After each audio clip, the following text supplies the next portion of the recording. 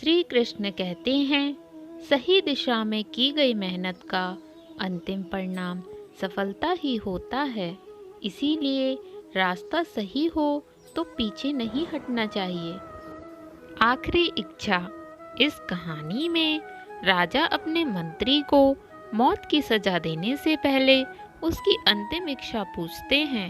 मंत्री अपनी आखिरी इच्छा क्या बताता है, ये जानने के लिए आपको पढ़नी होगी ये कहानी। पुराने समय की बात है।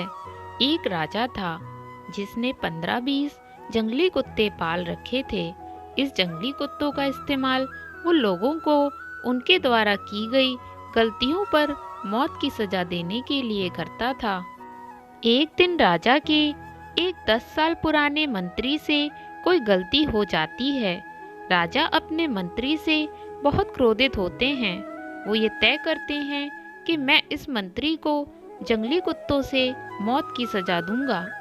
राजा ने मंत्री को जंगली कुत्तों के सम्मुख फिकवाने का आदेश भी दे दिया।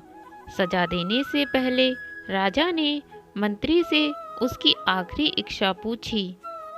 मंत्री ने राजा से कहा कि मैंने आपकी 10 सालों से सेवा की है, इसीलिए मैं सजा पाने से पहले आपसे 10 दिनों की मोहलत चाहता हूँ।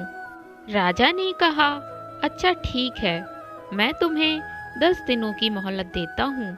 10 दिनों के बाद राजा के सैनिक मंत्री को पकड़ कर लाते हैं। राजा का आदेश मानते हुए सैनिक उस मंत्री को जंगली कुत्तों के सामने फेंक देते हैं।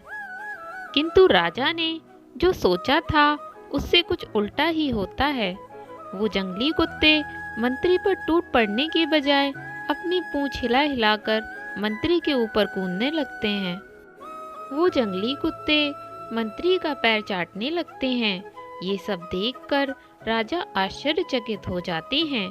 राजा ये सोचने लगते हैं कि आखिर इन जंगली कुत्तों को हुआ क्या है, ये कुत्ते इस तरह क्यों व्यवहार कर रहे हैं। अब राजा से रहा नहीं गया और उन्होंने मंत्री से पूछ ही लिया, ये सब क्या चल रहा है। ये जंगली कुत्ते तुम्हें काटने की बजाय तुम्हारे साथ क्यों खेल रहे हैं। मंत्री ने जवाब दिया, राजन, मैंने सजा से पहले आपसे 10 दिनों की मोहलत ली थी और उसी समय में इन बेजुबान जंगली कुत्तों की सेवा में व्यस्त हो गया था। मैं हर रोज इन कुत्तों को खाना खिलाता था और उनका अच्छे से ध्यान भी रखता था। ये कुत्ते इतने जंगली होने के बावजूद भी मेरी 10 दिन की सेवा को नहीं भूल पाए और आप राजा यानी कि प्रजा के पालक होकर भी मेरी 10 वर्षों की सेवा को भूल गए और आपने मेरी एक छोटी सी गलती पर इतनी बड़ी सजा सुना दी। राजा को मंत्री की बात सुनकर अपनी भूल का एहसास हो गया और उन्होंने फौरन मंत्री को आज़ाद करने का हुक्म दिया। कई बार हम भी इस राजा की तरह किसी की कई सालों की अच्छाई को उसकी एक छोटी सी गलती की वजह से भुला देते हैं। हमें किसी की 1000 अच्छाइयों को उसकी एक बुराई के सामने छोटा ना होने देना चाहिए। हमें क्षमाशील बनना चाहिए।